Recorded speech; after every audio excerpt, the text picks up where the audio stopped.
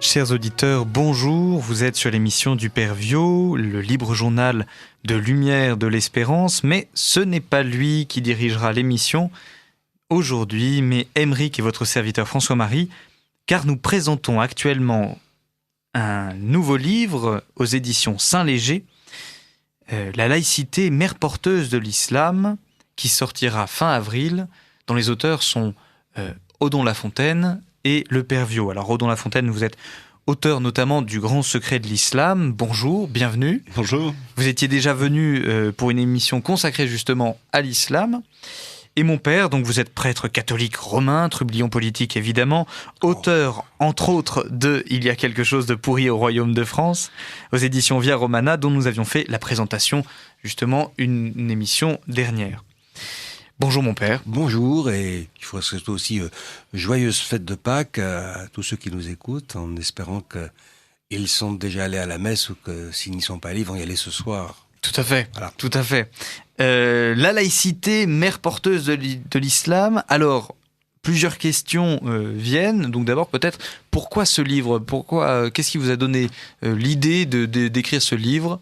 Mon père peut-être ? Oui, écoutez, parce que on nous parle beaucoup de laïcité, je dirais même qu'on se gargarise de ce mot à tout vent et en toutes circonstances, et que l'islam fait aussi beaucoup parler de lui. Voilà. Un sujet... Ah ben oui, c'est un sujet... d'actualité. Oui, et brûlant, voilà, à tous les sens du terme. Alors, je crois que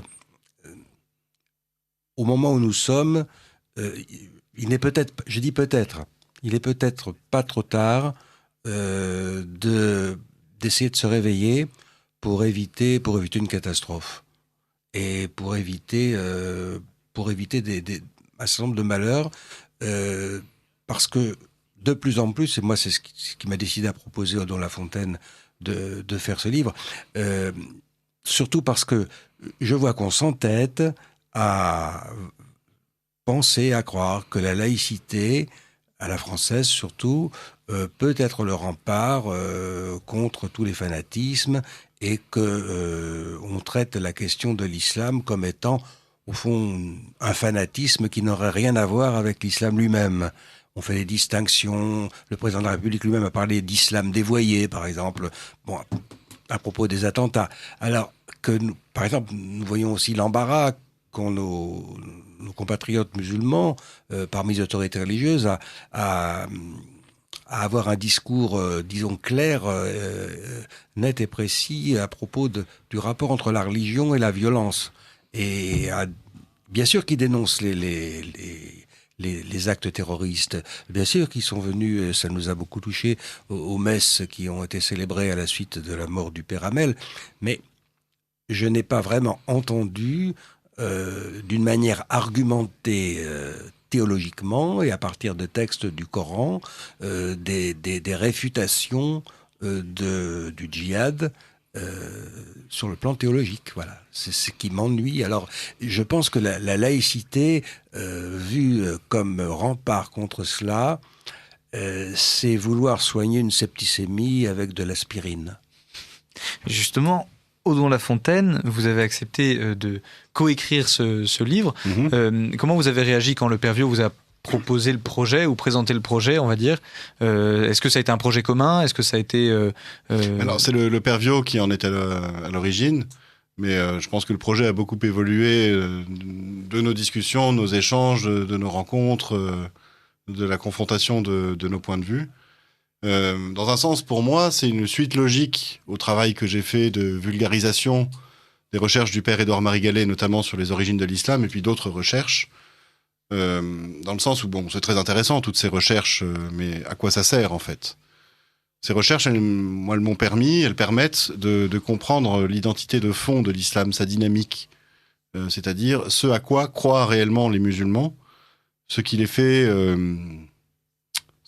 vivre, en fait, ce dans quoi ils se projettent. Quelles sont les perspectives que leur offre l'islam, en fait.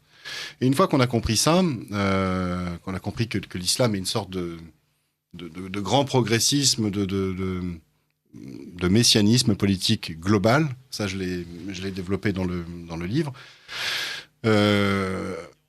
on se dit, qu'est-ce qu'on fait maintenant, aujourd'hui ? Maintenant, aujourd'hui, on est dans le monde moderne, dans le projet moderne. On a des outils qui sont ceux qu'on a hérités des Lumières, et puis de l'Ancien Régime et de la chrétienté d'avant. Et on se rend compte qu'on n'arrive pas à traiter les problèmes que peuvent poser les espérances politiques que déploie l'islam. On n'y arrive pas, en fait. L'outil laïcité, qui a été fait pour les catholiques... Contre les catholiques. Contre les catholiques, ça. Alors on va y revenir justement. On y reviendra. L'outil laïcité, il interdit de considérer ce qu'il y a dans l'islam. Puisque l'État ne s'ingère pas dans la religion en vertu de la loi de 1905. C'est-à-dire que l'État ignore tout du phénomène religieux. Pour l'État français, la religion, c'est une boîte noire. On ne sait pas ce qui se passe dedans.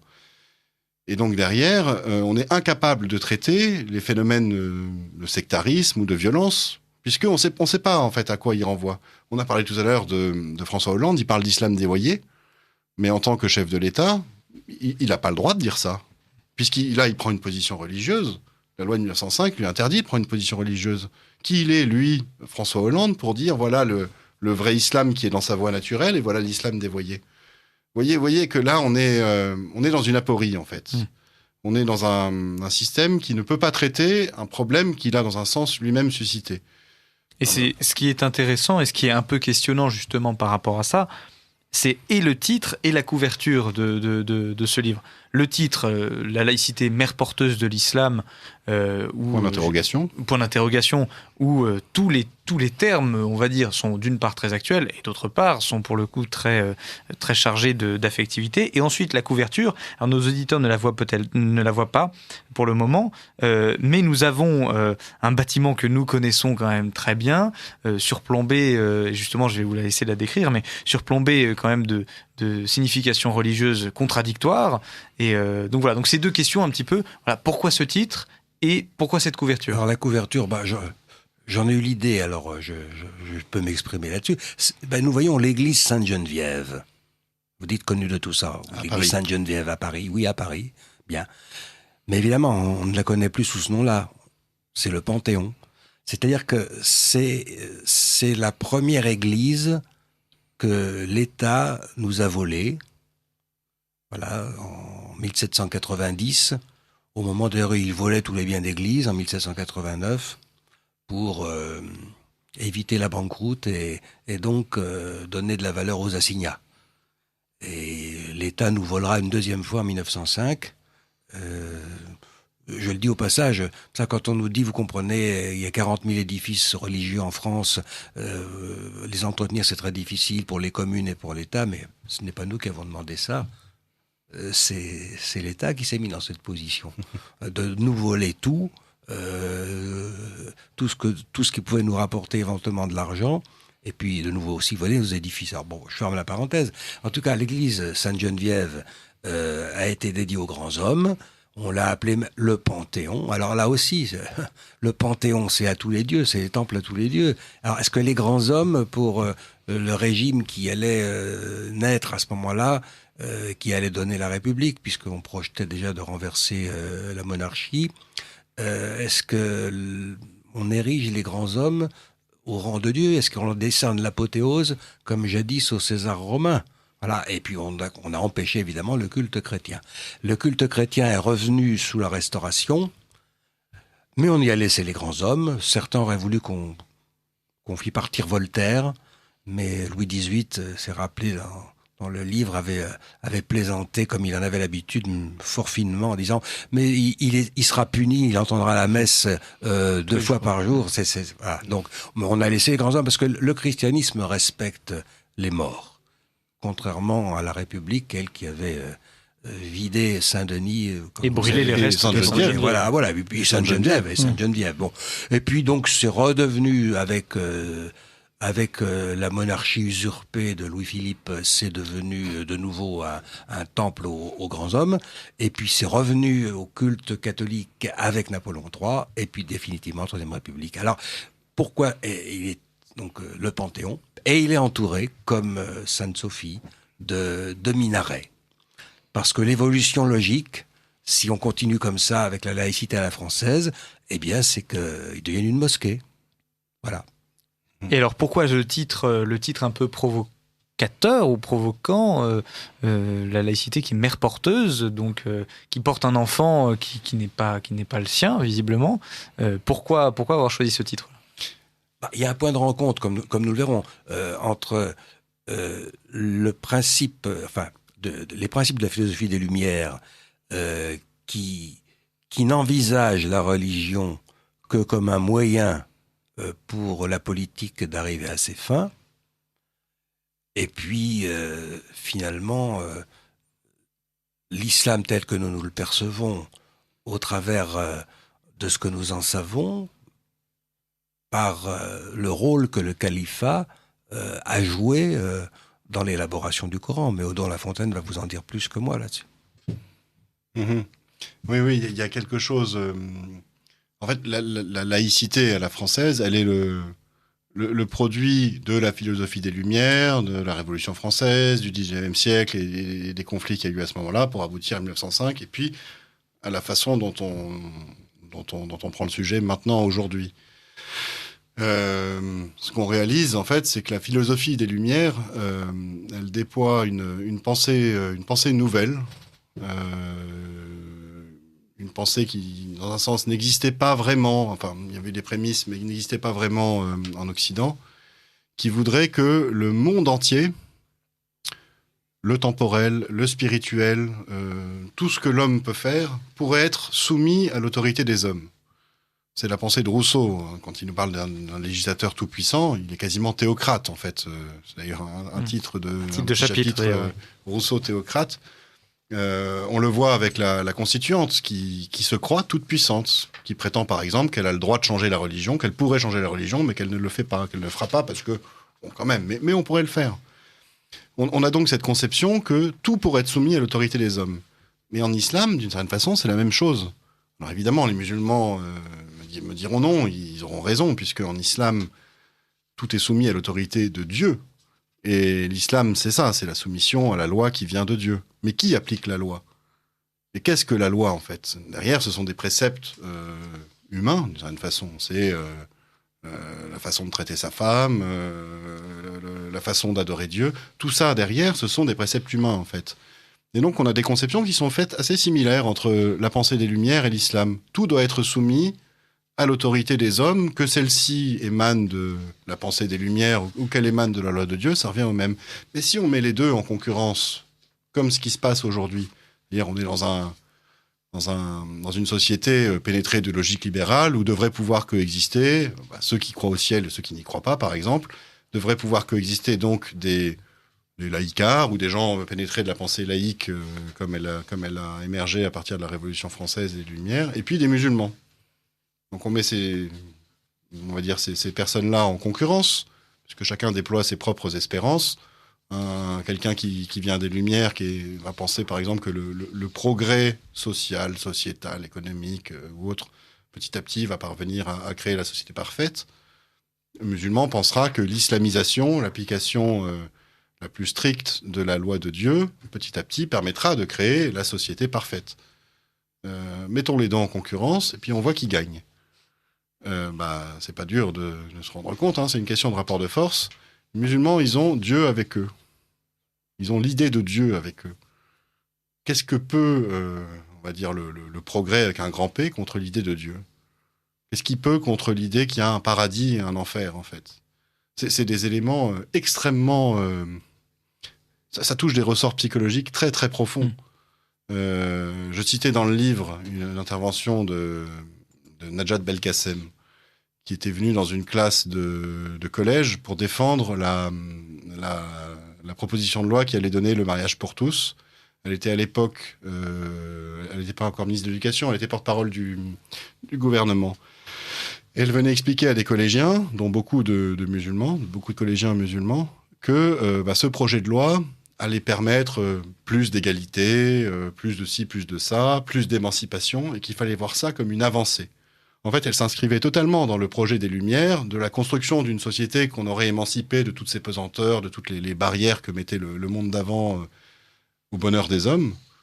Face à elle, elle avait des collégiens musulmans pour qui la pratique homosexuelle est un crime abominable. C'est le vice du peuple de Lot. Et alors, les textes sacrés, que ce soit le Coran et plus encore les hadiths, n'ont pas de mots assez durs pour décrire les punitions qui sont réservées à ceux qui, justement, pratiquent l'homosexualité. Alors, on a là exactement le cœur de notre livre. Vous avez le projet laïque, progressiste, qui est présenté à des musulmans qui ont un autre projet. Lequel va gagner ? Dans les consciences de ces jeunes musulmans, qu'est-ce qu'il y a de plus fort, en fait ? L'idée que peut-être un jour, avec des petites avancées comme les propose Najat Belkacem, on pourrait libérer le monde et avoir une société heureuse, ou l'idée derrière que Dieu va punir atrocement par le feu de l'enfer, ou éventuellement par la main des croyants, parce que s'ils appliquent la loi de Dieu, ça va se passer comme ça, ceux qui pratiquent l'homosexualité. Voilà, vous avez la réponse à la question posée par le titre du livre. Hein. Et c'est très étonnant, justement, de voir, quand on lit votre livre, hein, le cheminement qu'a subi cette pensée de la laïcité, à proprement parler.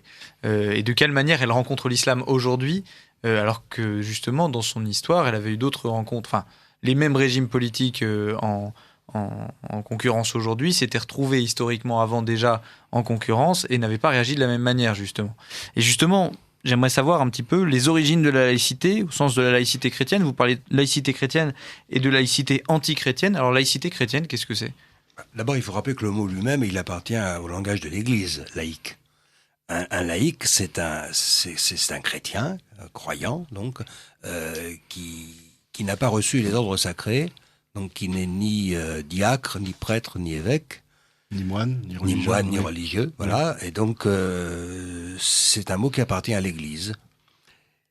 Et dans ce qu'on appelle l'Ancien Régime, on est arrivé, avec, bien sûr, il y a eu des difficultés, il y a eu des combats. Enfin, les plus célèbres, c'est la lutte du sacerdoce et de l'Empire, les Guelfes et les Gibelins, donc la lutte entre le pape et le titulaire du Saint-Empire romain germanique, l'un et l'autre se prétendant les chefs de la chrétienté, en quelque sorte, hein, puisque le pape avait pris le titre de souverain pontife, qui était un titre impérial, qui venait de la donation de Constantin, soi-disant, puisqu'on a prouvé que c'était un faux.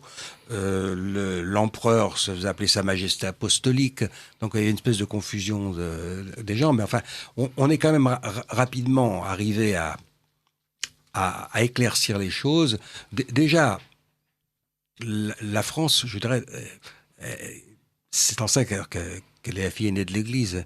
Il faudrait qu'elle retrouve cette idée. On y reviendra peut-être en conclusion sur les retrouvailles de la France avec ses racines, c'est-à-dire la foi chrétienne, la foi catholique.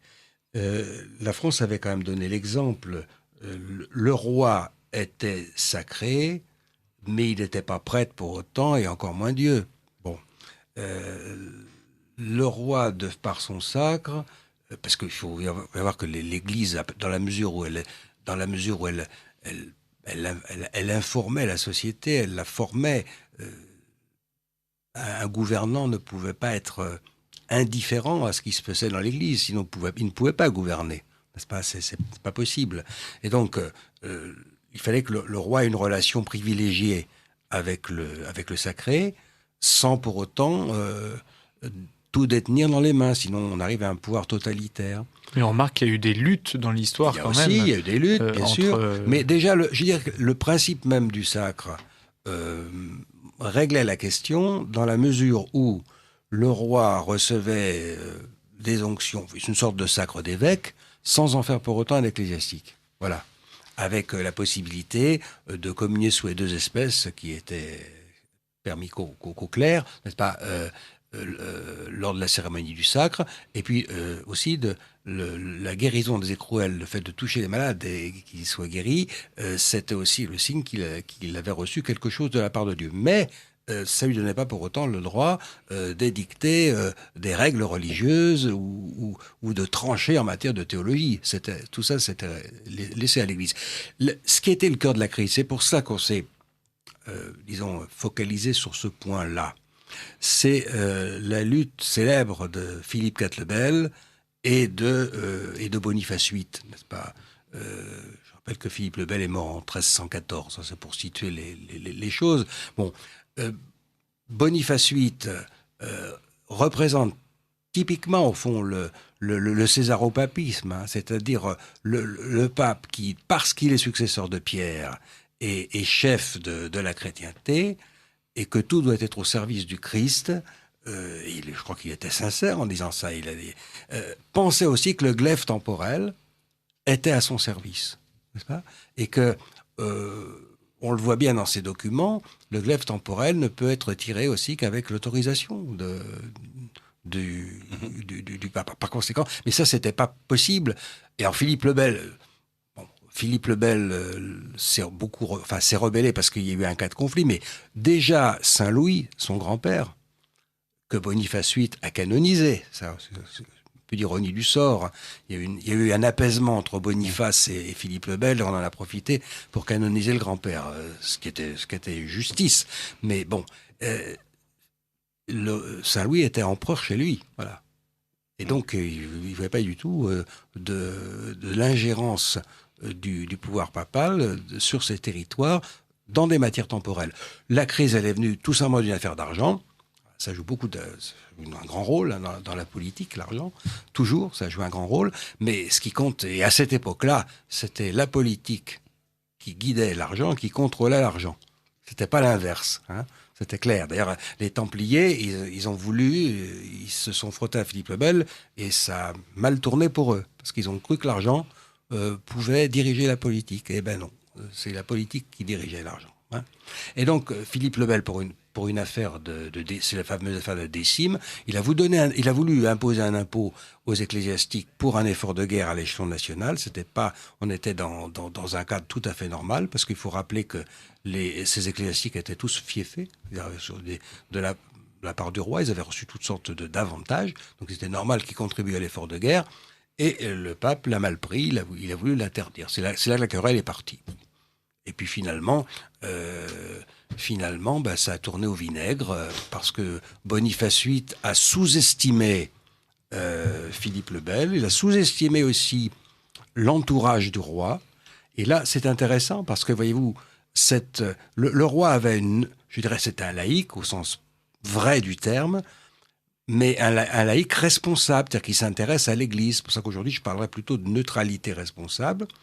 Philippe le Bel n'a pas agi en utilisant la force, il a agi en demandant à ses légistes, qui étaient aussi des théologiens, de contredire par la théologie et par l'histoire de l'Église les propos du pape, qui étaient tout à fait critiquables, puisqu'ils n'étaient pas, c'était pas des questions de doctrine qui étaient en jeu. C'est très étonnant de voir un laïc contester justement des bulles papales. Oui, mais parce que cette bulle papale, elle portait sur... C'est une bulle papale qui porte sur... C'est une réflexion politique, une réflexion sur la théologie du pouvoir. Et il n'y a pas d'infaillibilité pontificale qui joue dans ce domaine. Elle ne joue que pour des questions de doctrine. Hein, donc voilà. Puis en plus, ça n'était pas proclamé à l'époque de Philippe le Bel. Hein. Donc il a fait jouer ses légistes et la Sorbonne. Hein, et donc, il a été réfuté. Le texte du pape a été réfuté. Et d'ailleurs, vous savez, après Boniface, il y a un pape qui s'appelle Jean XXII, hein, un pape d'Avignon, qui devra abjurer ses propos sur l'au-delà, parce que sinon, on ne lui aurait pas donné la communion. Hein, donc, vous voyez, il y avait un contrôle. Bon, eh bien, et finalement, Philippe le Bel l'a emporté. Et puis c'est ce qui préparera ensuite le Concordat de Bologne, en passant d'abord par la pragmatique sanction, où finalement le roi désignera les évêques, les abbés et les curés importants, et le pape leur donnera l'investiture canonique. Donc du coup, nous avons parlé de la laïcité chrétienne. Maintenant, peut-être si vous pouviez nous définir la laïcité aujourd'hui, la laïcité de la République, la laïcité sous laquelle nous vivons et que justement vous contestez. La laïcité de la République, d'abord, elle est passée d'abord, je dirais, par le culte de la nation. C'est-à-dire qu'au XVIIIe siècle, à la philosophie des Lumières, on n'a pas parlé de la laïcité, mais on a idolâtré la nation. Preuve en est qu'on prêtait serment à la nation, à la loi et au roi. Voilà. Bon. C'est la nation qui va l'emporter. Le roi ne sera plus que le roi des Français. C'est une nuance, une nuance importante. Alors, cette nation va s'approprier, enfin, par l'intermédiaire de ses représentants qui vont s'identifier à la nation. Alors là, pour ce qui est des États généraux qui vont se transformer en constituantes, ils l'ont fait une sorte de coup d'État, ils n'avaient pas le droit de le faire, leur cahier de doléances ne portait pas ces choses. Mais enfin, bon, ils étaient quand même représentatifs du peuple français, mais enfin, ce n'est pas une raison pour dire qu'ils étaient le peuple, ils le représentaient.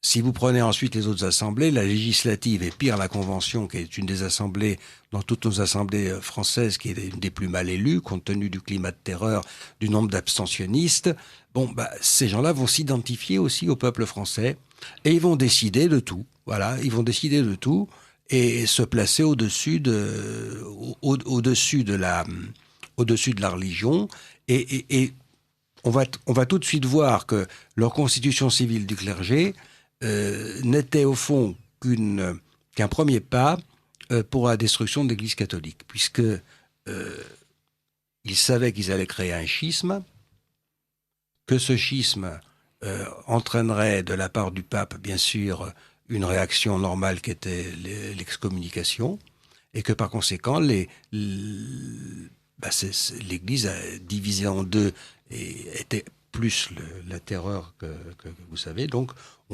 on allait vers une extinction, une déchristianisation, et qui a été très grande. On le voit très bien à la fin de l'Empire et même au début de la Restauration. Oui, mon père, si vous me permettez, pour moi, je pense que pour bien voir comment est-ce qu'on est arrivé à 1905, il faut schématiser, il faut rentrer dans des schémas un peu plus généraux.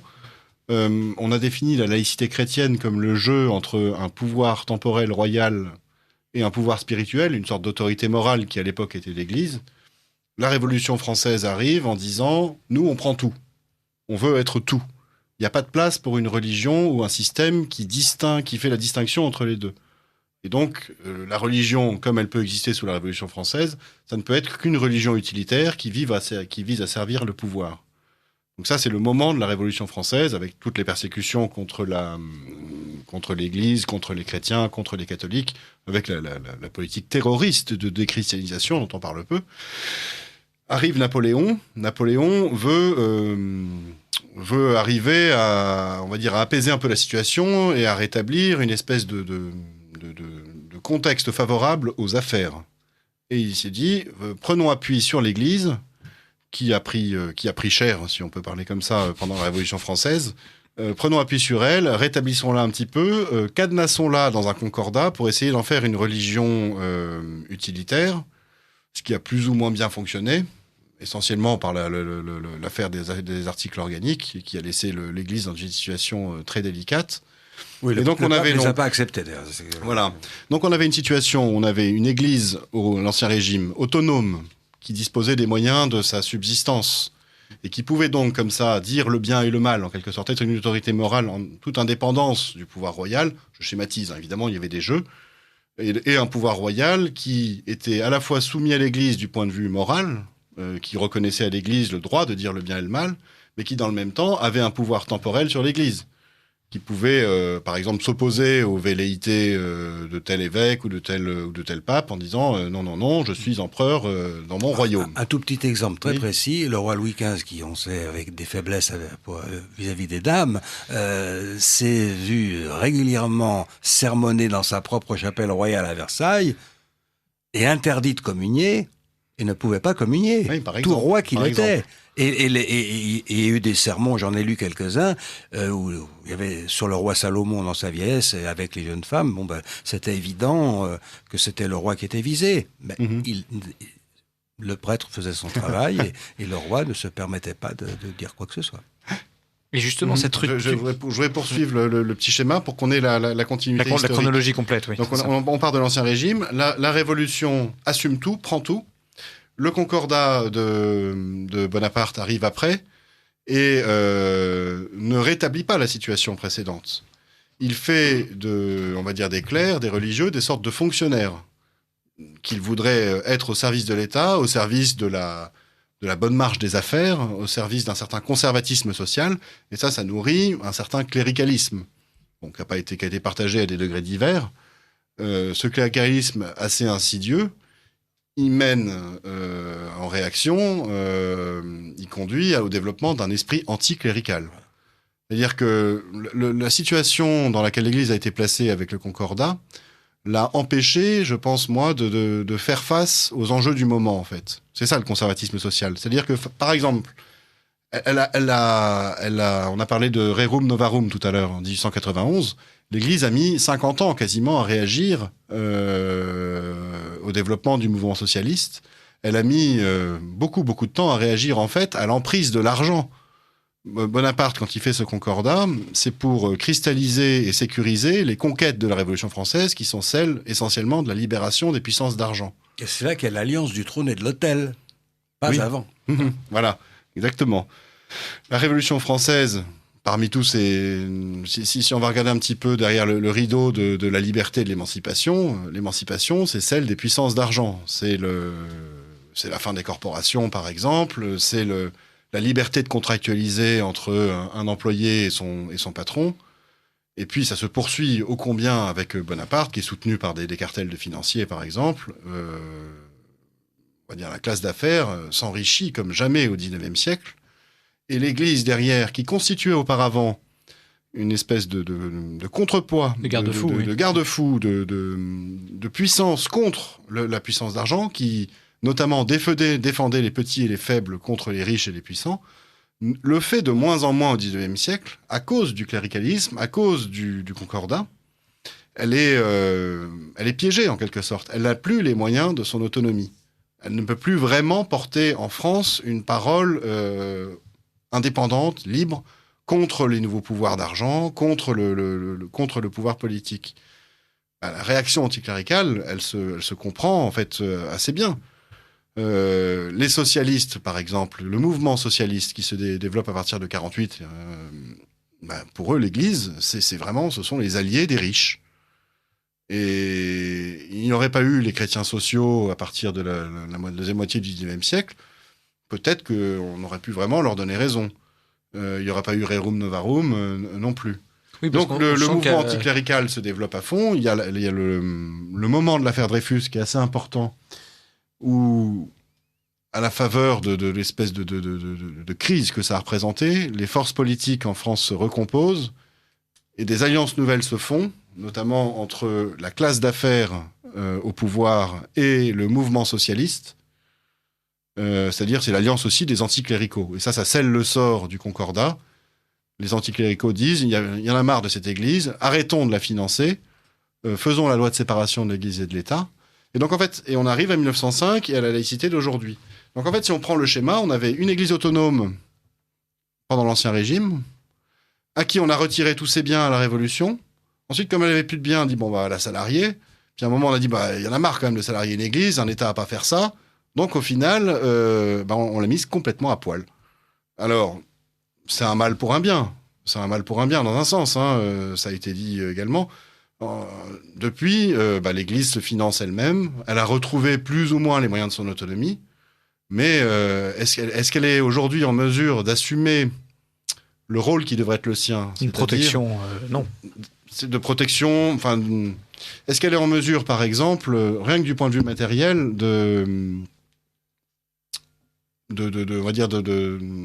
d'assumer, quand je parlais du rôle qui est le sien, par exemple, ne serait-ce que enterrer tous les gens.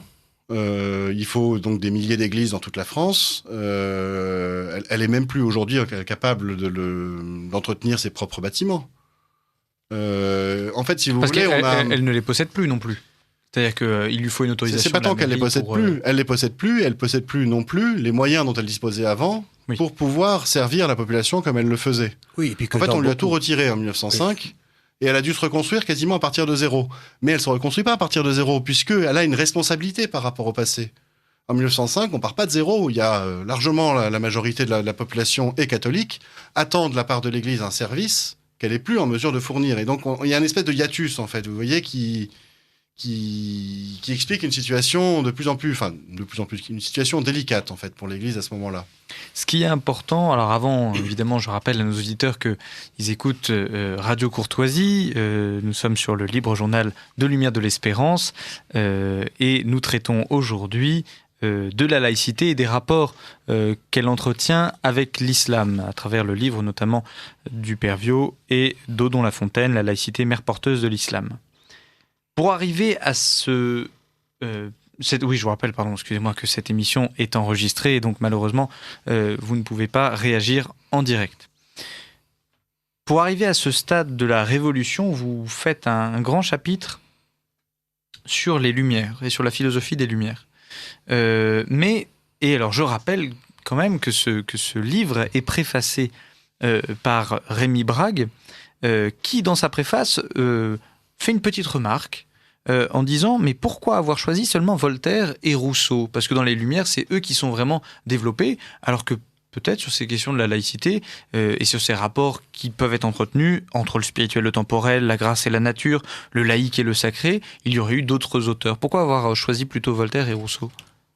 Personnellement, ce qui a guidé ce choix, moi en ce qui me concerne, c'est d'abord le souci de ne pas faire un livre trop long. Nos contemporains lisent de moins en moins, c'est très dommage, et ils sont effrayés par les gros pavés. Et donc, s'il avait fallu aller chercher ailleurs, effectivement, on aurait dû, le professeur Brague a tout à fait raison, il y a d'autres, bien sûr, ce ne sont pas les seuls, mais pour, disons, le français moyen, et surtout aujourd'hui, compte tenu de la culture qu'on lui délivre, c'est quand même les deux figures emblématiques des Lumières françaises, hein. Pour le français moyen, je dis bien. Hein. Rousseau, Voltaire, c'est quand même quelque chose qui reste dans les mémoires. Et puis aussi parce que, alors, je dirais que c'est dans les références modernes, dans le discours moderne sur la question de la laïcité, de la liberté, etc. C'est toujours à eux qu'on fait référence. Nos politiques font référence à eux. Tout à fait, oui. Hein, Madame Taubira, par exemple, on parle de Madame Taubira, parle du pays de Voltaire où on ne peut rien interdire, n'est-ce pas? À la suite des attentats de Charlie Hebdo, voilà. On a vu les livres de Voltaire, le traité sur la tolérance. Voilà, ça s'est vendu comme des petits pains. Voilà. Mais donc, c'est parce que, justement, j'ai préféré passer du temps pour montrer à quel point, par exemple, Rousseau n'était pas du tout un homme de liberté, contrairement à ce qu'on dit, que Voltaire non plus, que Voltaire était profondément antisémite, qu'il détestait les Juifs, qu'il écrit des horreurs sur eux. Voilà, ce sont des choses qu'il faut rappeler tout de même, parce que ça fait partie ça montre que dans leur philosophie, il y a quand même des ombres terribles. Et ce qui est intéressant, c'est de voir que Voltaire est souvent présenté avec Rousseau comme des anticléricaux. Vous avez parlé d'anticléricalisme, alors qu'en fait, il s'agit chez eux d'un antichristianisme. Oui, antichristianisme. Je vous donne un exemple très simple. Hein. L'affaire Calas. On a une lettre de Voltaire à ce sujet. Je ne sais plus quel est son correspondant. Il prend l'affaire Calas. Calas, c'est celui qui a tué son fils. Il a répandu son fils. Parce que il était protestant et il voulait se convertir au catholicisme. Bon. Et Voltaire de dire, si c'est vraiment le père qui a pendu le fils, c'est très bien, parce que comme ça montrera, je dénoncerai le fanatisme protestant. Mais si c'est une erreur judiciaire, eh bien je pourrais dénoncer le fanatisme catholique qui a fait condamner ce pauvre protestant ainsi que les parlements. Voilà, c'est tout Voltaire. Et je me rappelle d'une citation que je ne cite pas exactement, où il dit justement, ces adorateurs du Christ, qu'ils soient protestants ou catholiques, c'est de toute manière la même merde. Hein, il parle bien comme ça, la même merde. Il n'est pas tendre. Donc il n'est pas non plus anticlérical, Voltaire. Oui, attention. Oui. Il aime bien Voltaire, c'est quelqu'un qui cherche le pouvoir d'une certaine façon. C'est quelqu'un qui a un énorme orgueil en fait. Et pour lui, la religion, c'est le moyen de cadenasser le peuple. C'est en fait un système de contrôle social. Il y a une citation qui tourne beaucoup maintenant, que certains historiens l'ont exhumée, mais qu'on a employé beaucoup dans le livre, et qui, à notre sens, résume bien la pensée de Voltaire, hein, attention, pas de Rousseau, vis-à-vis du fait religieux. Elle vient de sa lettre au comte d'Argental, une de ses lettres. il est fort bon de faire accroire aux gens qu'ils ont une âme immortelle et qu'il y a un Dieu vengeur qui punira mes paysans s'ils veulent me voler mon blé et mon vin. Voilà, ça c'est la pensée de Voltaire vis-à-vis de la religion et du christianisme. C'est bon pour les gueux, c'est bon pour les pauvres, ça les tient sous la schlag, pendant que moi je peux m'enrichir de leur travail. C'est dans un sens l'esprit de la révolution aussi. Tout à fait, avec cette nuance, je pense qu'il faut dire, parce que quand même, Voltaire porte le prénom que j'ai, donc je me dois de le défendre un minimum. Il est à noter quand même que Voltaire n'a pas toujours été comme ça vis-à-vis de la religion. Des témoignages disent que lui, à 20 ans, était présenté comme un homme plein de vertus, plein de piété, et que ce sont des scandales dans l'Église qui l'ont profondément choqué, Oui, on l'a évoqué, oui. Profondément blessé. Il ne s'agit pas ici de dresser un panégyrique de l'Ancien Régime, de l'Église et autres. On parle de principe, en fait. Tout à fait. On parle de principe. Et cette distinction de l'Église, justement, où se rendant compte que certains ecclésiastiques avaient une main posée dans le laïc, justement, de manière très forte, voilà, lui a préféré prendre le contre-courant et de dire il vaut mieux que ce soit le laïc, que, en gros, dans les grandes sphères de la haute bourgeoisie et noblesse, on soit complètement athée, ça ne pose pas de problème, mais que la religion soit utilisée pour au moins cadenasser et brider un petit peu nos paysans. Rousseau, en revanche, c'est une autre paire de manches, mon père, et on sent que vous l'appréciez énormément. Oh, oui, enfin, non, c'est par plaisanterie. Non, Rousseau, je le trouve pire que Voltaire, parce qu'il est beaucoup plus dangereux, parce qu'insinuant. Il n'y a pas cette grossièreté qu'a Voltaire quelquefois. Puis Rousseau aussi a un côté paradoxal. Quelquefois, il peut dire des choses très, très justes. Mais il a une façon, je dirais, oui, insidieuse. Je pense en particulier à l'Émile et à la profession de foi du vicaire savoyard, de démolir le christianisme. Remarquez, dans ce que dit le vicaire savoyard, on prend un peu de distance, on se dit, mais au fond, peut-être que certains prêtres post-68 art et n'ayant pas renié cette sinistre période, au fond, diraient la même chose que le vicaire savoyard, par exemple, de la religion du cœur, etc. Bon, voilà. Et c'est ce qui détruit l'Église catholique, ça. Et qu'on ne s'en soit pas rendu compte aujourd'hui, à l'heure où je vous parle, en 2017, c'est grave.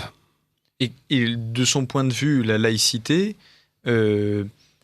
ou plutôt, enfin pas forcément la laïcité, mais en gros, le législateur a quand même une position quasiment césaro-papique, comme vous le disiez. Le législateur, c'est l'oracle, parce que c'est pas. Je vous lis un passage du contrat social. Hein. De lui-même, le peuple veut toujours le bien, mais de lui-même, il ne le voit pas toujours. La volonté générale est toute droite, mais le jugement qui la guide n'est pas toujours éclairé. Les particuliers voient le bien qu'ils rejettent, le public veut le bien qu'ils ne voient pas. Tous ont également besoin de guides, hein, ça se dit Führer en allemand. Hein. Voilà d'où naît la nécessité d'un législateur. Voilà, le législateur tout-puissant. Voilà. Et c'est pour ça que le législateur va avoir une fonction sacrée dans la République, la Convention. Voilà. Mais alors, en même temps, ça va porter, ils vont porter leur propre mort, parce que à partir du moment vous dites que le législateur est sacré, on ne peut pas y toucher, c'est lui. Bon. Et qu'on se tue entre législateurs, et qu'on se massacre entre législateurs, qu'on s'envoie à la guillotine. À l'époque, c'était la guillotine, aujourd'hui, on vous envoie au canard enchaîné. Hein, donc, ça désacralise un peu le législateur quelque part. Et c'est fait que le pouvoir se déstabilise. Oui, mais selon cette manière de penser, si le législateur assume le rôle sacré, ça fait du sens de l'histoire un éternel progrès, puisque c'est lui qui le guide. Ah bien sûr. D'ailleurs, ils sont, à mon avis, Rousseau et ce système-là, donc bien sûr durci, ça donne le marxisme. Oui, sens de l'histoire, en fait. Et ça donne aussi, avec les races supérieures, ça peut aussi inspirer le nazisme. Oui, mais c'est un totalitarisme, Rousseau. Ce qui est intéressant de voir, et vous faites le parallèle dans votre livre, avec le messianisme des Lumières, avec cette idée du progrès historique, de l'avènement d'un monde idyllique, d'un monde nouveau, d'un terme final. D'un homme nouveau, voilà. Et nous le verrons plus tard avec justement le messianisme musulman. Je laisse la parole à Aymeric justement pour cette partie qui concerne un petit peu plus l'islam. Voilà, donc on va s'attaquer maintenant à votre deuxième chapitre de votre livre qui s'appelle L'islam des Lumières. Est-ce que vous pouvez nous dire un peu, pourquoi ce titre, pourquoi parler d'islam des Lumières? Que voulez-vous nous dire? L'islam des Lumières, aujourd'hui, c'est un peu une tarte à la crème. Tout le monde se l'envoie à la figure pour essayer de répondre aux problèmes du moment en expliquant que, en mettant les idées des Lumières dans l'islam aujourd'hui, la tolérance, la paix, et ainsi de suite, on viendrait à bout de tous les problèmes qu'on a évoqués tout à l'heure quand on introduisait l'émission. Or, c'est ignorer totalement que l'islam et les Lumières sont en contact étroit depuis 200 ans. Et que l'islam, comme on le présente aujourd'hui, il est déjà le fruit d'un remodelage, de tout un processus qui a changé son visage au contact des idées des Lumières. C'est ignorer également, et c'est là où on va rentrer peut-être davantage encore dans le fond du sujet, que l'islam et la philosophie des Lumières ont des origines communes d'une certaine façon. Les Lumières et l'islam sont cousins. C'est-à-dire que les Lumières, comme on en a parlé tout à l'heure, par exemple, avec la pensée de Rousseau, qui fonde quasiment une théocratie, ça provient de quoi? Ça provient d'une dénaturation d'idées chrétiennes. Pour le dire simplement, le christianisme a apporté une idée qui était inconnue avant lui, que on pouvait envisager que le monde soit délivré complètement du mal. Alors dans le christianisme, ça passe par le retour de Jésus à l'accomplissement des temps, le jugement du monde. Et donc il y a cette idée qui apparaît dans l'histoire avec le christianisme. Un monde parfait, donc un monde sans le mal, sans l'oppression, sans l'injustice, est possible. Rousseau et les philosophes des Lumières, et puis d'autres avant eux, parce que c'est tout un cheminement qui mène aux Lumières, on en parle dans le livre, développent cette idée. Et il faut comprendre que c'est pas une idée anodine, c'est pas une idée politique comme les autres. Elle a un effet sur les consciences qui est aveuglant en fait.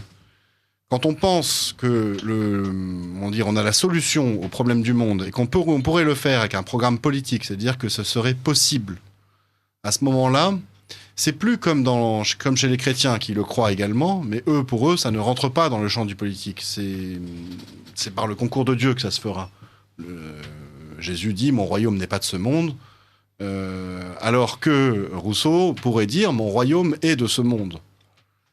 Donc derrière, comme ça devient possible avec des moyens humains... Ce qui fait un peu peur quand même. Quand on sait qui est le prince du monde, ça c'est sûr que quand on est chrétien et qu'on sait qui est le prince de ce monde, effectivement, oui.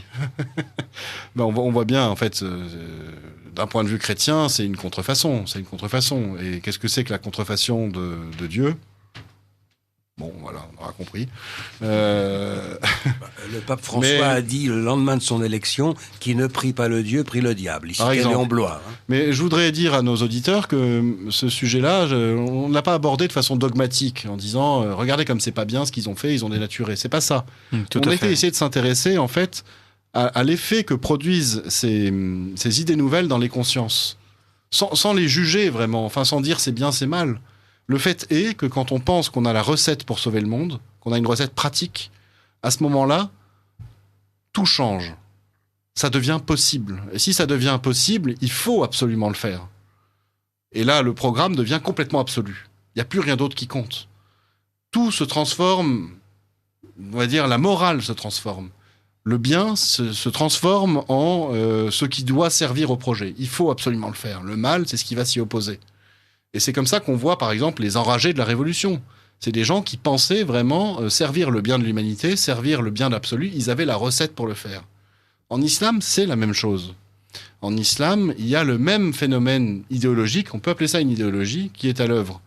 C'est-à-dire qu'il y a pareillement un programme politique qui est proposé aux croyants pour sauver le monde du mal. C'est l'islamisation, c'est l'application universelle de la loi de Dieu. De la charia, c'est la loi. La charia, par exemple, qui, sur le papier, est censé délivrer le monde du mal.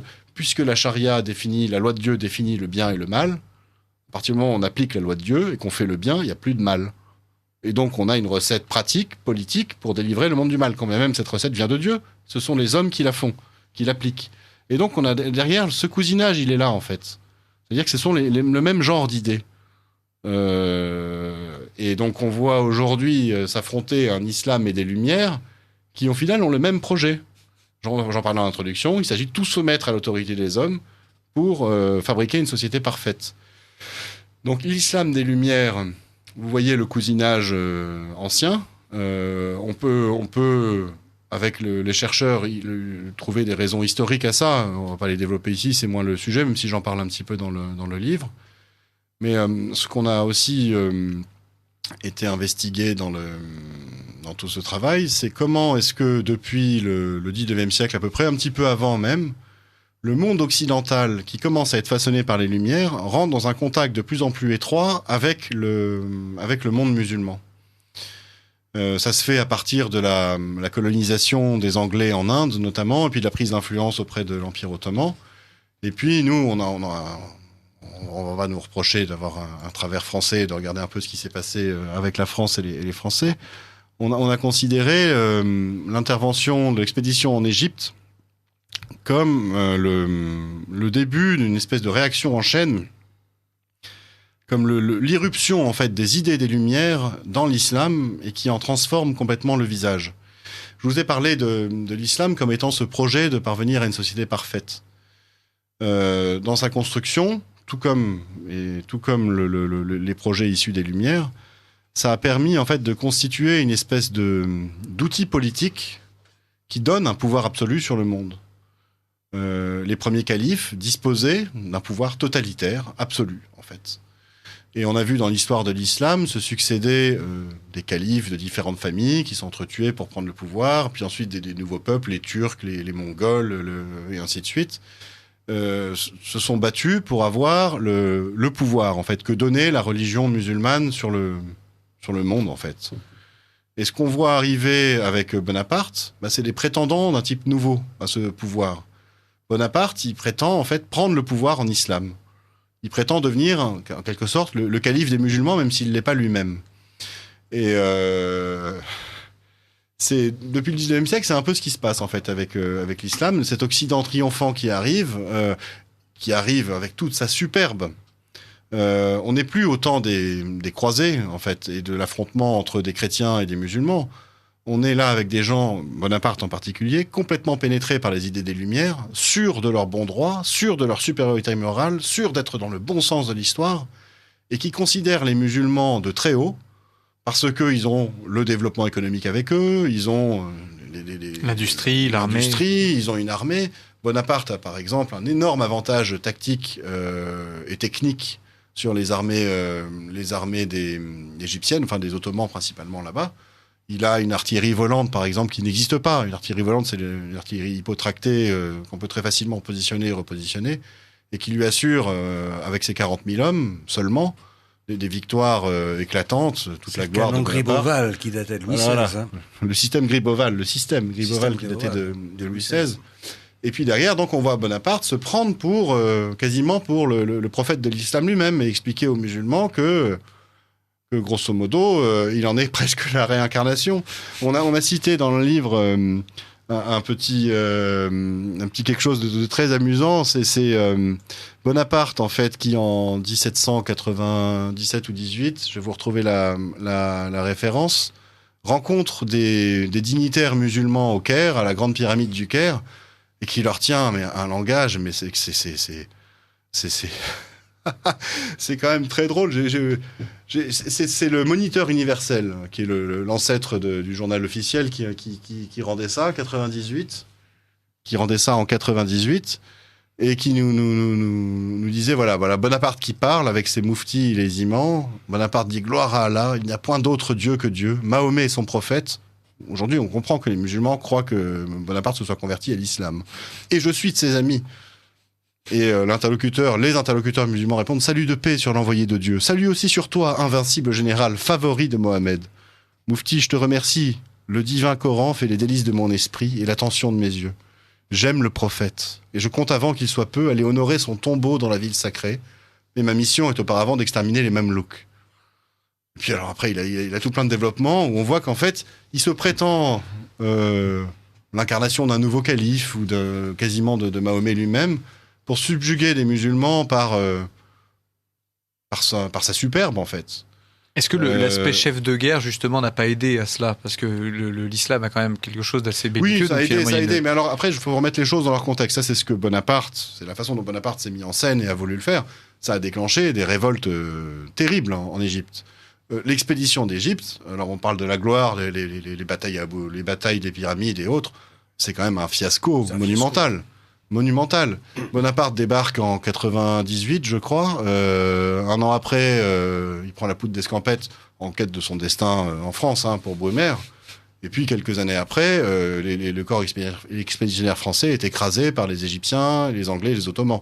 Donc, au final, c'est un échec complet.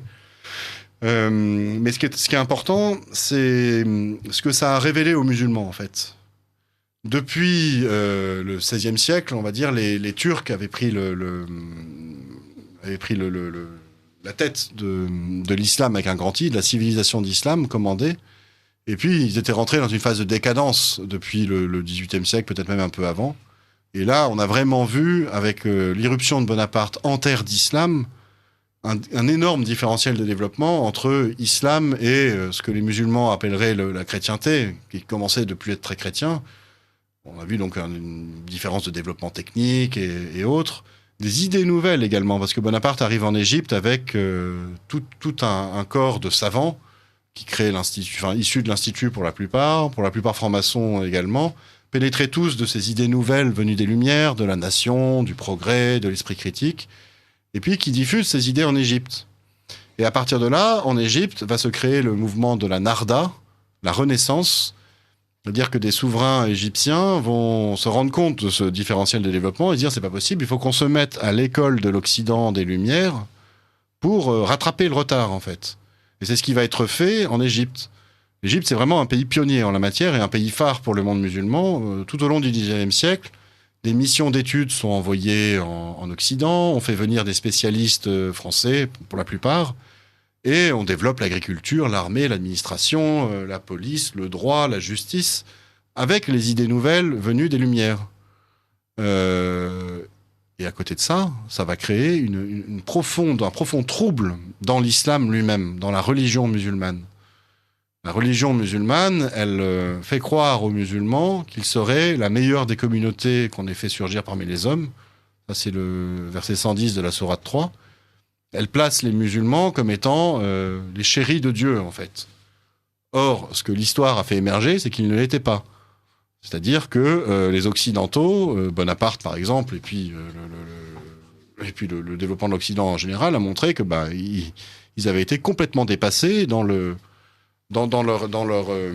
quête de l'hégémonie mondiale. Oui, dites-moi. Non, du coup, juste pour rappeler à nos auditeurs qu'ils sont bien sur Radio Courtoisie, Effectivement. le libre journal de Lumière de l'Espérance, avec François-Marie et Émeric, à propos de l'ouvrage du Père Viot et de Odon Lafontaine sur la laïcité, mère porteuse de l'islam. Donc Olaf, un grand merci. Juste une petite remarque, vous disiez donc que à propos du messianisme musulman, en lien avec la dimension politique, donc du fait parce qu'il y a toute sur le problème d'aujourd'hui de l'intégration de certaine manière des musulmans en France. Voilà, est-ce qu'on considère Vous coupez bien dans mon élan là. Ah, oui, non, mais allons-y, on peut parler de ça si vous souhaitez, mais il faudrait quand même. Je voulais expliquer la réaction musulmane. Je pense qu'on ne comprendra pas ce qui se passe aujourd'hui quand vous parlez de l'intégration des musulmans si on n'a pas compris ce qui s'est joué au 19e siècle, au début du 20e. C'est-à-dire qu'on a des musulmans profondément secoués dans leurs convictions religieuses parce qu'ils ont vu que l'islam était en train de perdre face à l'Occident. Et face à ça, des penseurs, petit à petit, ont essayé de transformer l'islam pour reprendre le dessus. On avait, au début du XIXe siècle, un islam hérité de la construction des califes des premiers temps, puis après des sultans, un islam impérial, avec des écoles de pensée. vraiment une histoire assez complexe et que je vais pas détailler ici, mais au final, on avait une structure assez Organisé. assez organisé, oui, tout était très organisé. On avait des savants. L'islam était un peu, d'une certaine façon, imposé aux populations musulmanes comme venant d'en haut par des gens qui étaient imposés par le pouvoir. Tout ça s'effondre petit à petit à partir du 19e siècle. Et l'islam va se recomposer par le bas, en fait, à partir de trublions d'un genre nouveau qui vont être saisis de l'esprit qui est celui de l'islam, se dire c'est la meilleure des religions, ça fait de nous les meilleurs des hommes au regard de Dieu. Donc forcément, ça peut pas être l'islam qui est en cause dans tous ces problèmes qu'on a avec l'Occident. C'est qu'on a mal appliqué notre meilleure des religions. Donc il faut qu'on revienne aux sources de notre islam pour pouvoir l'appliquer comme Dieu aurait voulu qu'on l'applique, comme le prophète Mahomet l'aurait appliqué à son époque, comme ses pieux compagnons qui étaient tout pénétrés du même islam l'auraient appliqué à son époque.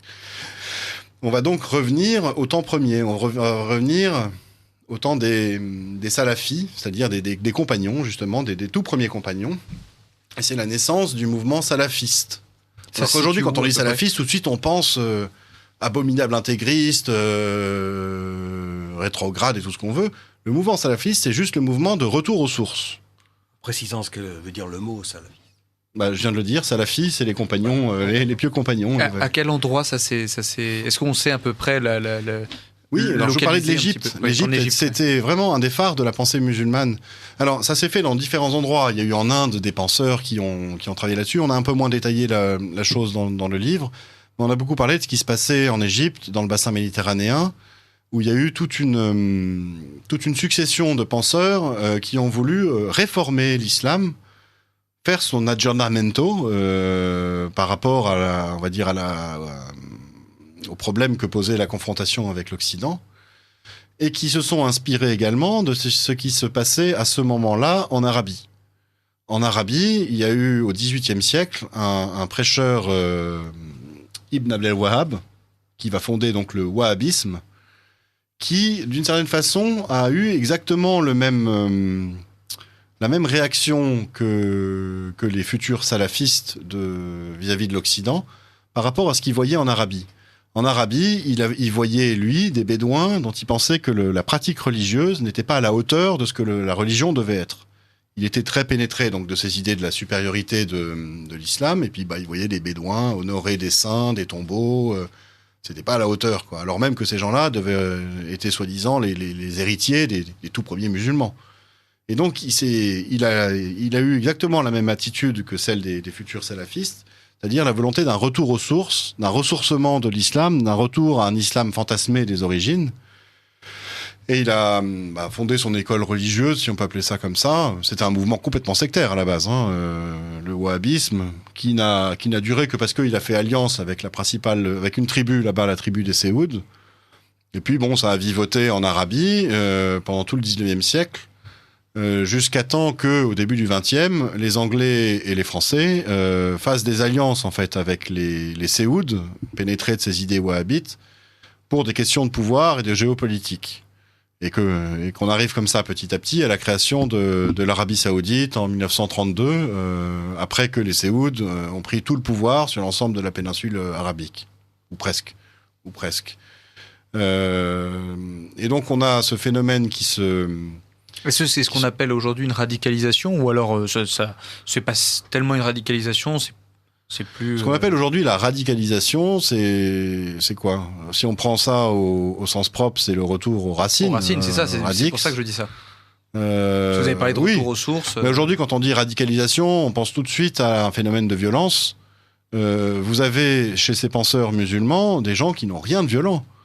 Jemal al-Afghani, par exemple, qui est une espèce de cosmopolite pionnier de ce mouvement de réforme de l'islam. Je pense pas qu'il ait fait de mal à une mouche dans sa vie, quoi. Mohamed Abdou, qui a été le grand moufti d'Égypte jusqu'à sa mort au tout début du XXe siècle, c'est quelqu'un qui est reconnu aujourd'hui par des musulmans très libéraux, type Rachid Benzine par exemple, comme une grande figure fondatrice d'un islam apaisé, d'un islam modéré, ouvert, tolérant. Et pourtant, ce même Mohamed Abdou, dans sa volonté de retour aux sources, il est aussi cité comme référence par ceux qui seront ses élèves par la suite, Rachid Rida par exemple, jusqu'à Hassan el-Banna qui fonde les frères musulmans. C'est-à-dire que la même volonté de retour aux sources peut à la fois donner un Rachid Benzine qui dirige les collections Islam des Lumières chez Albin Michel, qui est un élève de Mohamed Harkoun, et elle donne en même temps Hassan el-Banna qui fonde les frères musulmans. Là, on a en fait toute l'ambivalence de l'islam, toute la difficulté à appréhender l'islam comme étant une sorte de chose unique. En fait, cette confrontation de l'islam avec l'Occident à partir du XIXe siècle, cet effondrement de la structure impériale ancienne, elle a introduit une espèce de tourbillon dans l'islam, qui fait qu'aujourd'hui, on a beaucoup de mal à saisir le phénomène. Les structures anciennes se sont effondrées, tout un chacun a essayé de recréer quelque chose, en fait. Hassan el-Banna constitue un système qui est, par bien des côtés, assez impressionnant. C'est-à-dire que c'est vraiment une remise à jour du projet de l'islam complet. C'est un système complet, justement, qui intègre la politique, le spirituel, la prise du pouvoir dans les pays, petit à petit, jusqu'à la proclamation du califat.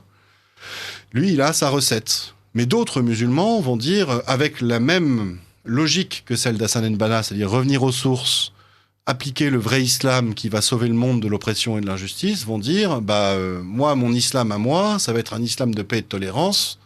Et comme ça, en revenant aux sources qui étaient le vrai islam de paix et de tolérance de Mahomet, on va aussi sauver le monde de l'injustice, on va aussi sauver le monde de l'oppression.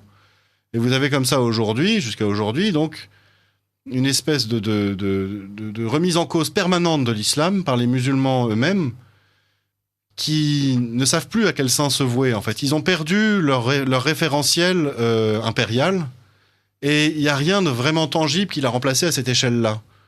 Vous avez des courants nouveaux du type de ceux des salafistes, vous avez des salafistes nouveaux issus des salafistes, vous avez des néo-salafistes, c'est-à-dire des gens qui, dans l'esprit de remise en question des salafistes, remettent en question le salafisme lui-même, en disant... notre retour aux sources à nous, il ne peut pas tolérer, par exemple, la violence.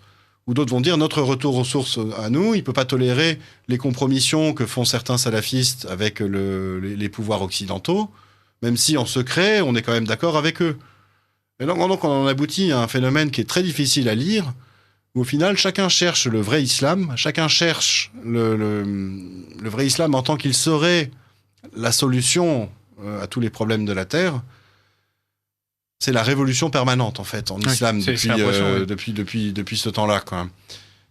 Ça vient, à mon sens, du logiciel messianiste de l'islam, où là, on peut parler d'une unité, justement. Par-delà l'immense diversité des courants, l'immense diversité des interprétations et des musulmans aujourd'hui. À savoir que, moi, je ne connais pas de musulmans qui ne pensent pas que l'islam soit la solution à tous les maux de la terre. Soit la solution à l'oppression, à l'injustice, au moins pour lui-même, et puis pour tout le monde.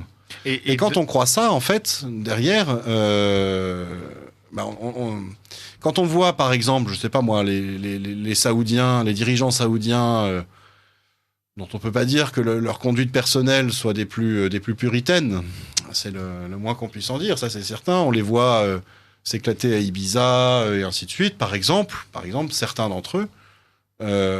Beaucoup de musulmans les considèrent quasiment comme des apostats. Ben Laden, par exemple, considérait les dirigeants saoudiens comme des apostats.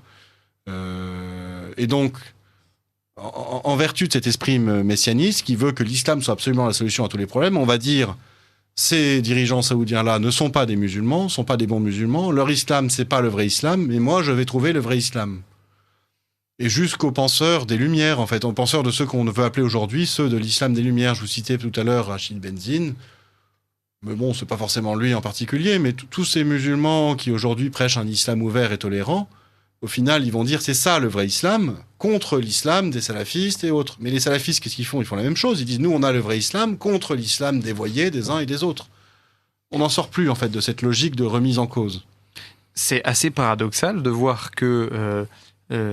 l'absence de tête dans l'islam a conduit à cette situation-là, un peu analogue à celle des Lumières, tandis que c'est justement le concordat dans le cas du du christianisme qui a conduit à cette situation où les deux vont devoir s'affronter avec le même programme, un programme politique qui cherche justement à identifier le sacré au politique. C'est assez étonnant de voir ça. C'est-à-dire que, pour refaire la question un peu plus simplement, l'islam cesse d'avoir un gouvernement organisé, ce que vous venez de dire, hein, et finalement en vient à identifier continue à chercher à identifier un programme politique et sacré en même temps, tandis que dans le cas de la France, c'est justement on remet un concordat et on essaye d'identifier ça par la tête, justement dans ce... Oui, c'est vrai, j'avais pas vu les choses sous cet angle-là. Sauf que quand même les données sont un peu différentes tout de même, Voilà, parce que là on a affaire au christianisme, et le christianisme, comme l'a dit Audrey Lafontaine, a quand même amené, c'est quand même ça qui est quand même radicalement nouveau, cette distinction, pas la séparation entre Dieu et César. Je dis bien distinction parce que le pouvoir vient de Dieu, tout pouvoir vient de Dieu. Hein. Jésus a dit à Pilate, tu n'auras aucun pouvoir sur moi s'il ne t'avait été donné d'en haut. Bon. Mais la distinction, ça c'est très important. Et dans l'islam, elle n'y est pas. Elle n'y est pas. Alors maintenant, sur ce que vous dites là à propos de l'islam, des Lumières, je crois que oui, il faut réaliser. Peut-être qu'on en parlera surtout l'an prochain, puisqu'on est dans les fêtes du centenaire de la guerre de 14, de la mémoire de la guerre de 14. Je crois que l'écroulement de l'Empire turc en 1918, avec toutes les conséquences, ça s'est pas fait. Enfin, la défaite totale et la perte de puissance de l'Empire turc. J'ai bien dit de l'Empire turc et de ce qu'il était, sans préjuger des crimes de guerre qu'il a pu commettre. Bon, c'était quelque chose de grave, parce qu'au fond, ça a réveillé les nationalismes arabes, au gré d'abord des intérêts coloniaux des Anglais et des Français. Il y a des Français. Et des Français. Et au fond, on a joué avec le feu, me semble-t-il, là. Et finalement, on a accrédité l'idée que finalement, le pouvoir était forcément plus juste, mais plus fort. Maintenant, on a fait un tableau un petit peu de l'historique de ce qui s'est passé. Peut-être parler plus actuellement, laïcité, mère porteuse de l'islam. Aujourd'hui, on voit que l'islam... Et c'est une des titres de votre partie, l'islam dans le grand jeu mondial. J'ai beaucoup aimé cette manière de tourner les choses, parce que en fait, c'est un enjeu mondial au niveau politique actuel. Et on sent que tout le monde est démuni dans cette manière de gérer l'islam. Pourquoi, justement ? Est-ce que vous pensez que c'est parce que c'est le même projet politique, ou c'est parce qu'on n'a pas les armes pour ? Tout le monde est démuni, entendons-nous. Beaucoup de gens cherchent aujourd'hui à se servir de l'islam sur des échelles locales, nationales ou internationales, comme d'un outil de pouvoir. Comme d'un outil de pouvoir, en fait. Ou un réservoir de voix pour des politiques, par exemple. Il y a différents niveaux. Il y a des logiques électoralistes, il y a aussi des logiques géostratégiques. Donc ça accomplit bien quand même le projet des Lumières à ce niveau-là. C'est-à-dire on se sert quand même du religieux. Alors, ça complique le projet des Lumières. Le projet des Lumières, on l'a quand même identifié comme étant la volonté de l'homme de devenir... On pourrait reprendre la phrase de Descartes, maître et possesseur de la nature, mais de tout. De tout, en fait. Et quand on veut dominer absolument tout, on se sert de tout ce qu'on a sous la main pour dominer. On se sert de tous les outils de domination, de tous les outils de pouvoir. Et l'islam est utilisé dans ce sens-là. C'est-à-dire qu'on a par exemple des musulmans à qui on fait croire qu'ils feraient un djihad au nom de leur foi, alors qu'en fait ils font le djihad au nom d'intérêts géopolitiques qui les dépassent de beaucoup. Ou économiques ou pétroliers. Voilà, on a parlé par exemple de Ben Laden tout à l'heure, là j'ai évoqué sa figure. On sait aujourd'hui très bien que toute l'intervention des moudjahidines, des djihadistes en Afghanistan, a été complètement organisée par les services secrets, d'abord anglais, pakistanais, et puis ensuite américains. Ils se sont servis en fait du fanatisme des djihadistes wahhabites au service de leurs propres intérêts, qui à ce moment-là étaient d'enliser l'armée russe en Afghanistan. Puis ça continue. On a vu, hélas, avec tous les événements en Irak et en Syrie, combien la géopolitique du pétrole conditionnait la géopolitique du djihad On voit les djihadistes faire le coup de feu là-bas. Pourquoi ? Parce qu'il s'agit de faire passer des pipelines ou des gazoducs à travers le territoire syrien. Nos politiques acquiescent à ça, en fait. Derrière, en fait, c'est une affaire de domination mondiale, c'est une affaire d'argent. Et on peut relier ça aux Lumières, justement, dans le sens où les Lumières ont vraiment libéré les puissances d'argent. Alors évidemment, il y avait déjà des banques et un développement de tout ça bien avant.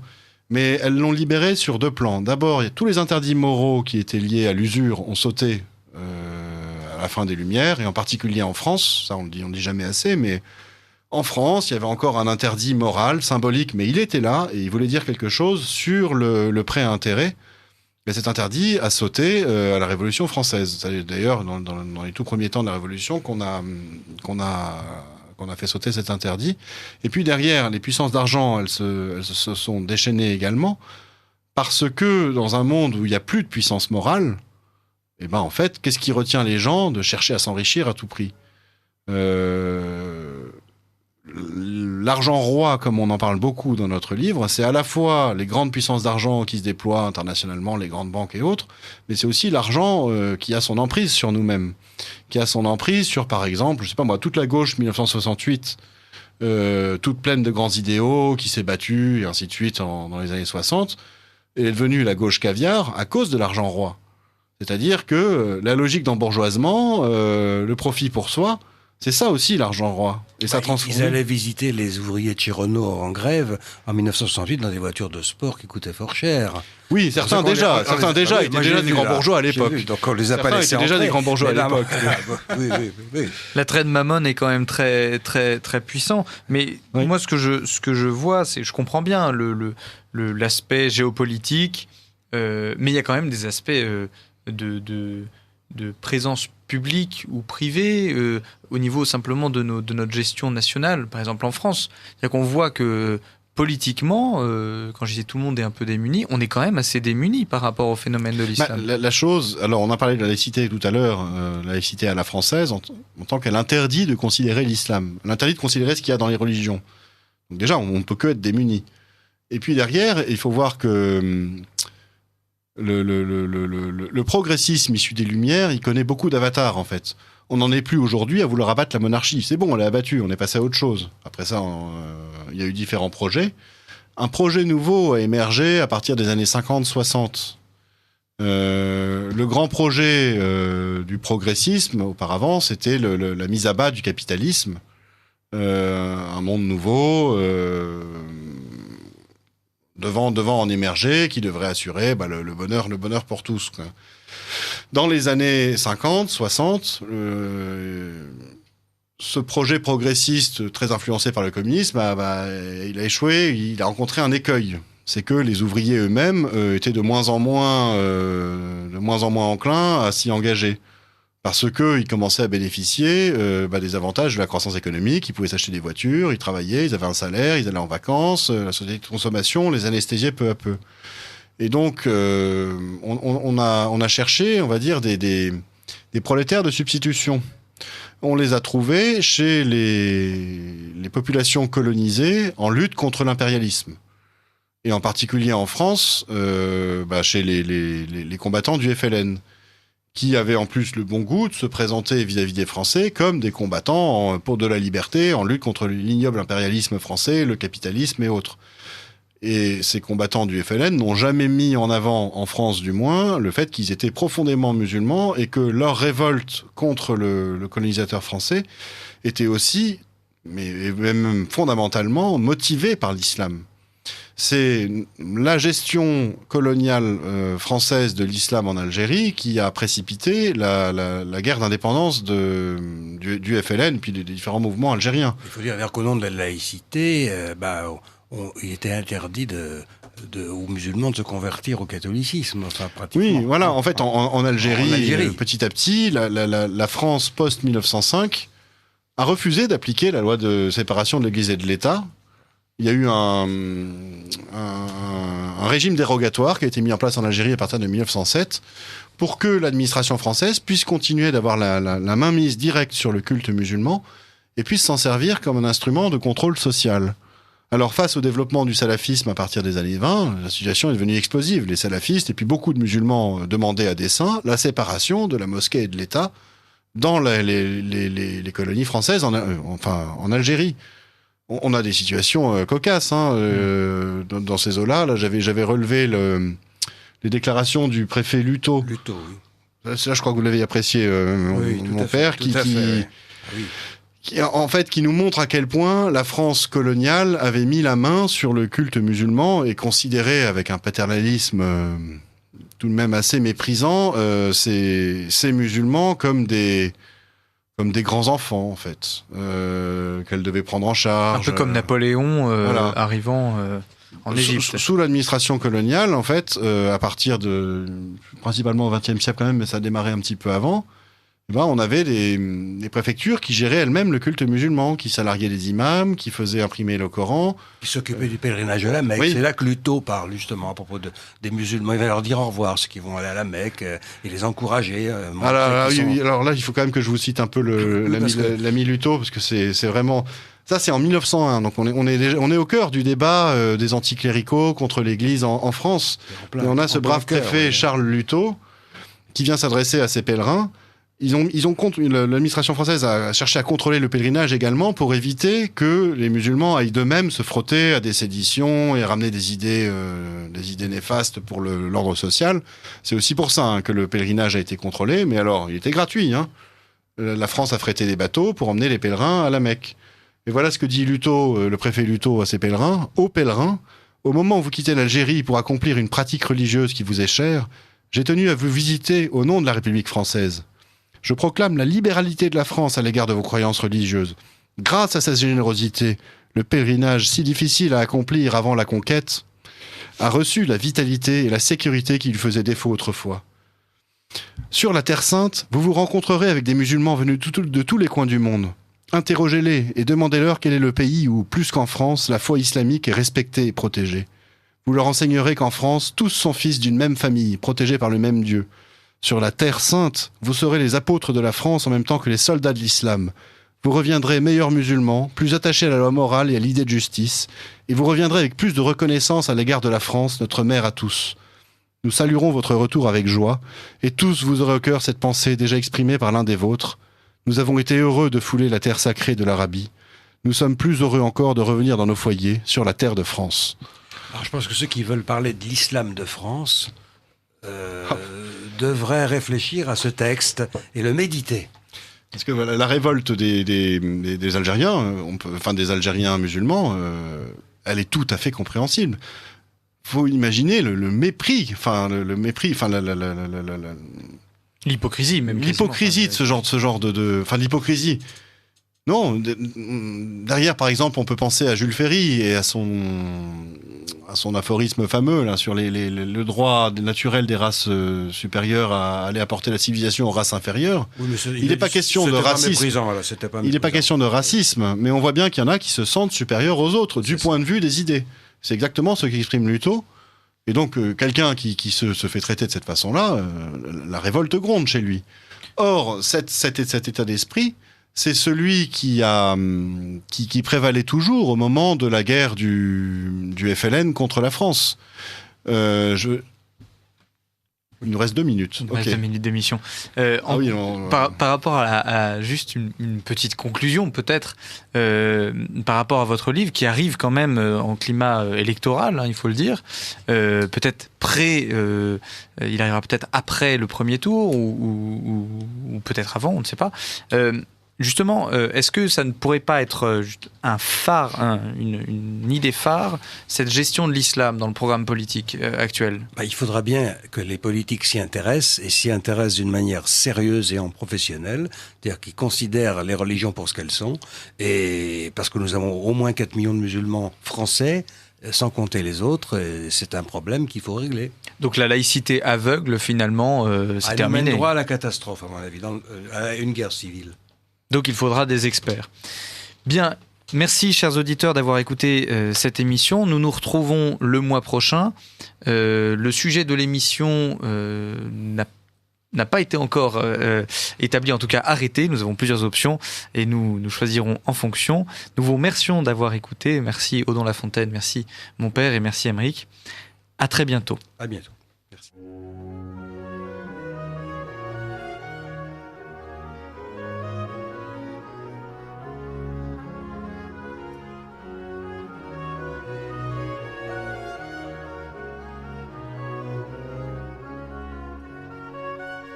Ici Radio Courtoisie, la radio libre du pays réel et de la francophonie. Vous venez d'entendre le libre journal de Lumière de l'Espérance, dirigé par Michel Viau, assisté de François, Marie et Aymeric, préenregistré